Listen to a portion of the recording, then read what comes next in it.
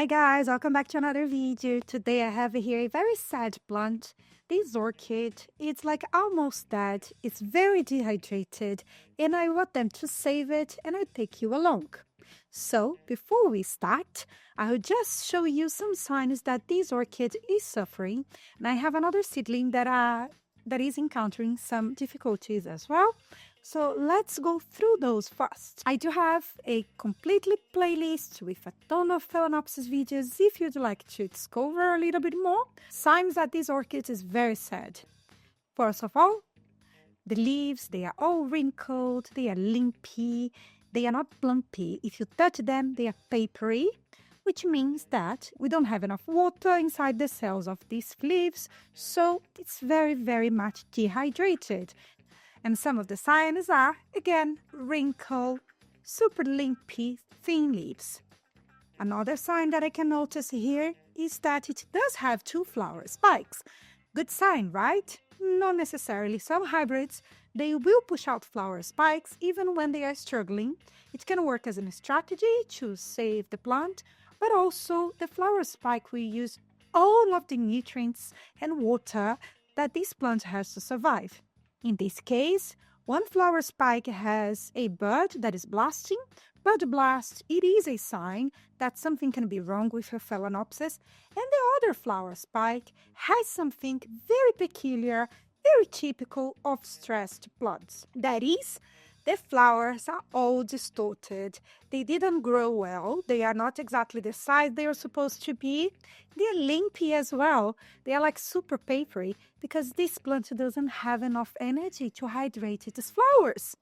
So there are a ton of signs here that something is strange. On top of that, I can see that I have aerial roots, but these aerial roots, they are also dehydrated. They are very gray. They are wrinkled and they are becoming papery. So they need to be hydrated. When you see something like this, most likely your plant is dehydrated. That's why I was mentioning all these dehydration signs.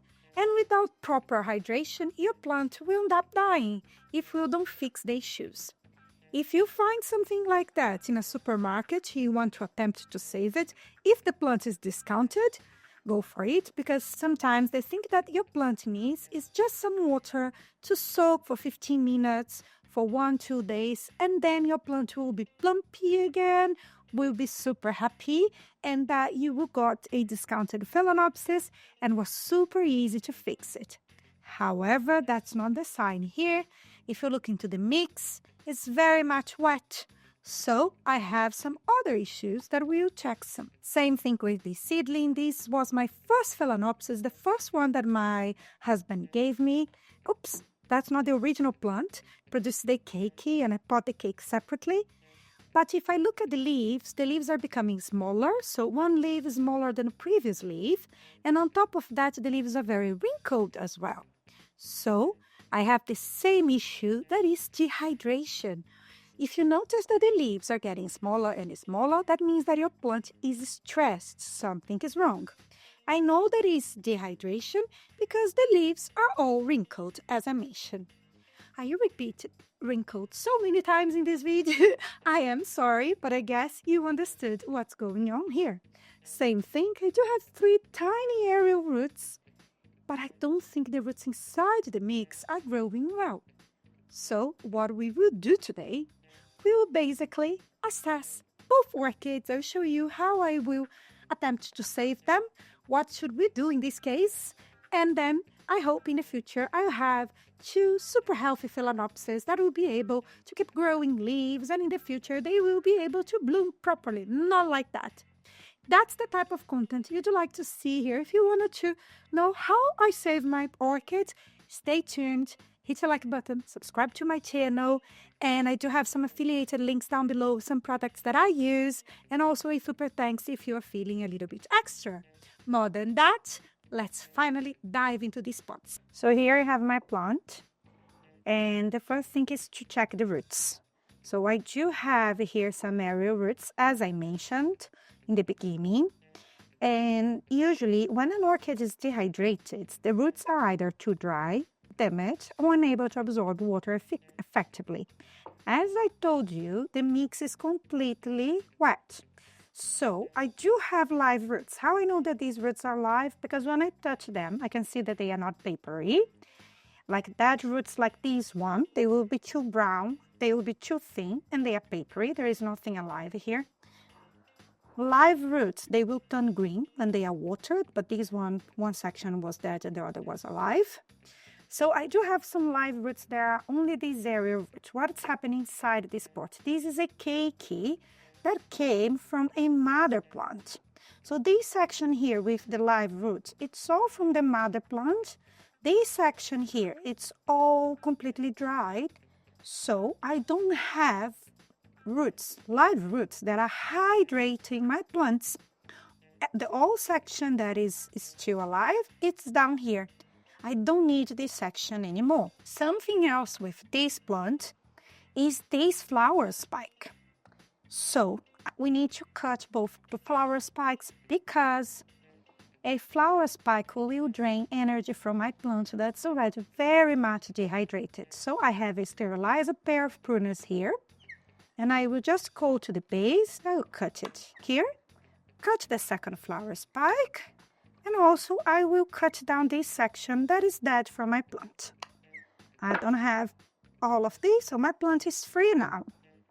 So in this first case here, that's what I suspected, that none of the live roots were touching my mix. For this reason, these roots, for them to be able to hydrate my plant, they need to be properly watered.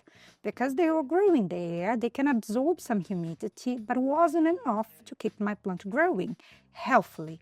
So I need to pot my plant up again and make sure that some of these roots will be touching the mix. Let's try to do this. So my first step here is now to throw all of these away. You can see there was some live roots there. They are not doing anything for my plant, so I will clean the table, throw that away, but I will use the same pot. I just need a completely fresh mix because a fresh mix won't have any decaying material inside. It will also encourage more air circulation around the roots. It's really very, very important to choose mix for epiphyte plants. These plants, they don't grow inside soil, so look for orchid mix. That's really, really important as well. Ta-da! Here I have my tray with my dehydrated orchid, and that's my orchid mix.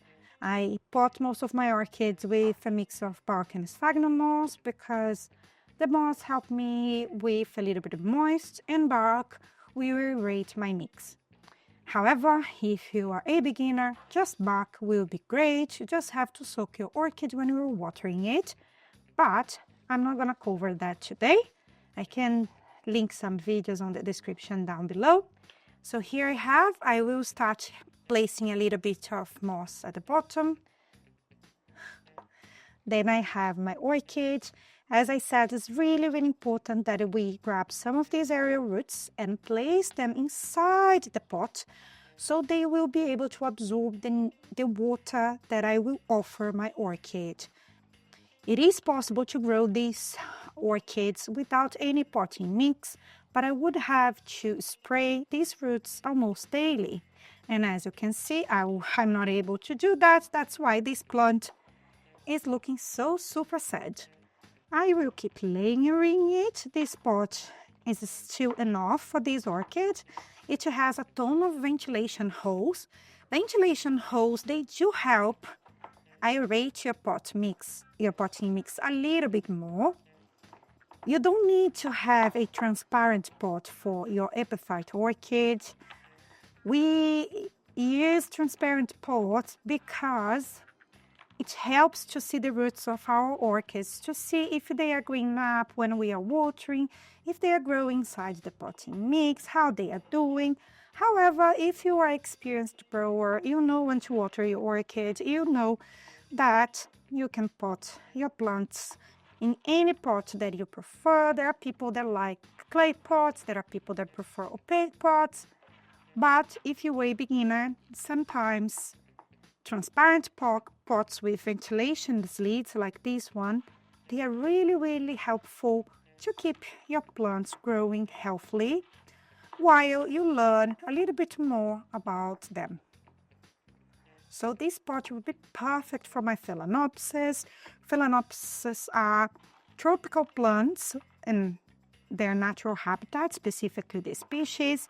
And as I mentioned, most of the ones that we have inside our homes, they come from epiphyte species that was growing attached to trees and tree trunks in nature.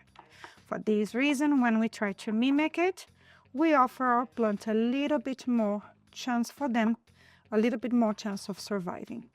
So, oh, I forgot something.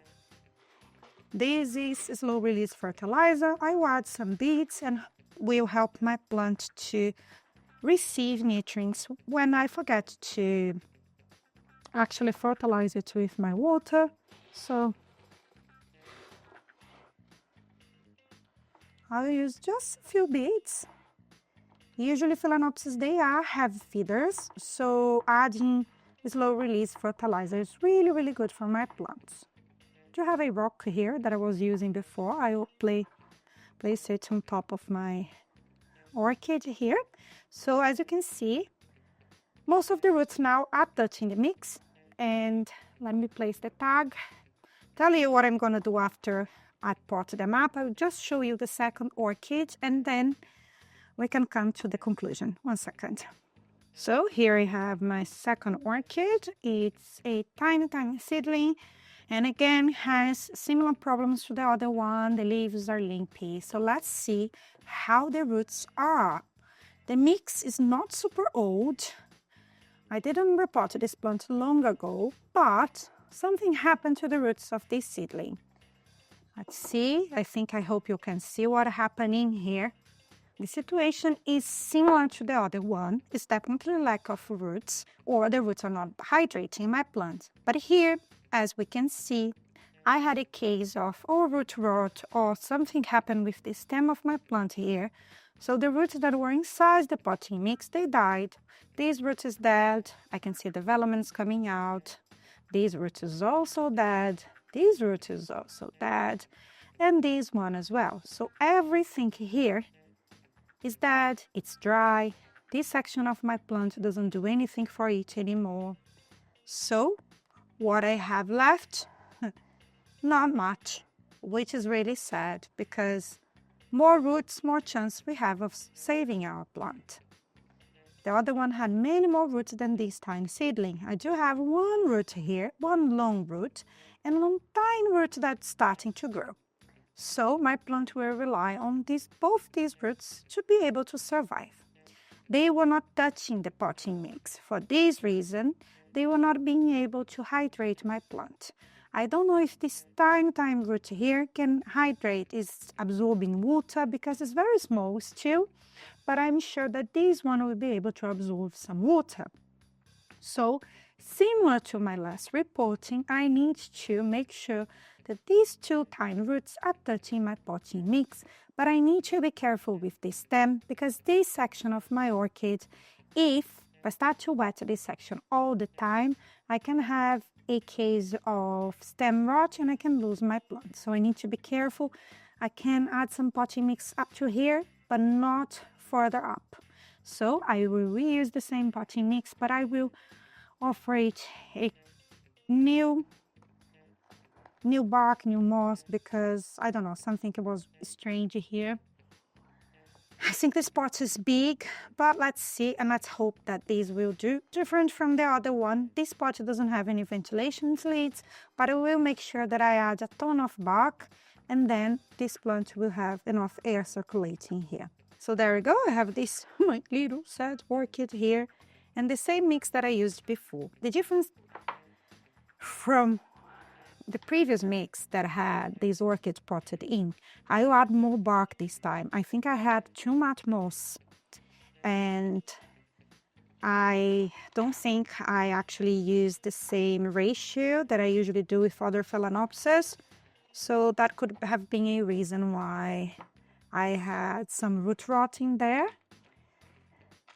If you don't have much experience, sometimes it's good to avoid seedlings.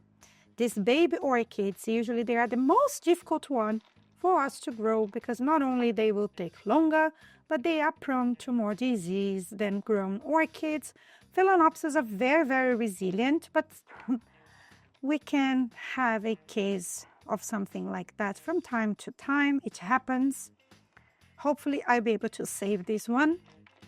I'm doing the same thing that I did with the other orchid. The only difference is that this one doesn't have roots, so I can place it at the top of my pot. I finished potting these up, and when I'm done, I'm gonna come back here with both orchids and I'll let you know how I look after them after the repotting. Ta-da! Like magic! Here I am with my two newly repotted Phalaenopsis orchid. So next steps are, first of all, I need to give this plant a proper watering. The mix is very dry, so if I keep them like that, they will become even more stressed, specifically because they don't have any water inside these pots. The roots will not absorb any humidity and it won't help my plant. So I need to offer it some water, enough water that I will have a little bit at the bottom because I do have sphagnum moss here. But if you pot your plant in full bark, just soak it for 15 minutes and throw the water away. It should be fine. In my case, because of the moss, I will leave a little bit, just a layer of water at the bottom, and that's it. I'll keep observing my plants. I will place them in a bright spot with some indirect sunlight or even some growing lights. These two plants here specifically, they sit in a shelving under growing light. That's where I've placed them both.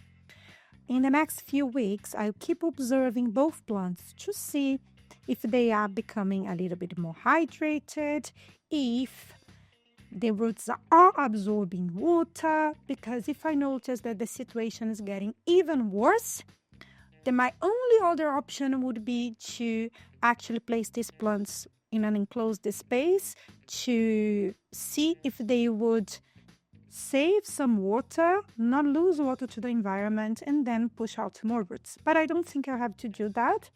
I have done that with other plants. These ones, I think they will be okay. With these tiny orchids here, the tiny seedling, I need to place something to keep the roots stable inside the pot. So that's what I would do. If you have some sticks at home, you can do that and clip your plant.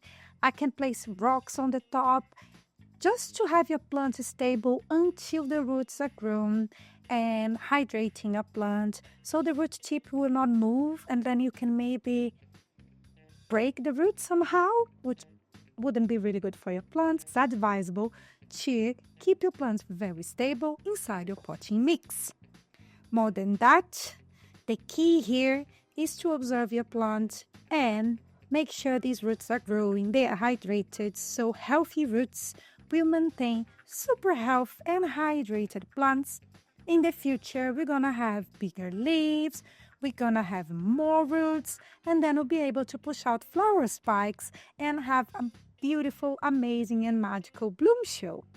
So that's everything. That's how I would save my plants, and that's how I'm trying to save my plants. They are very dehydrated. I hope some of these tips were useful. If they were, please hit the like button, leave a comment down below, subscribe to my channel, and I hope to see you soon. Bye bye.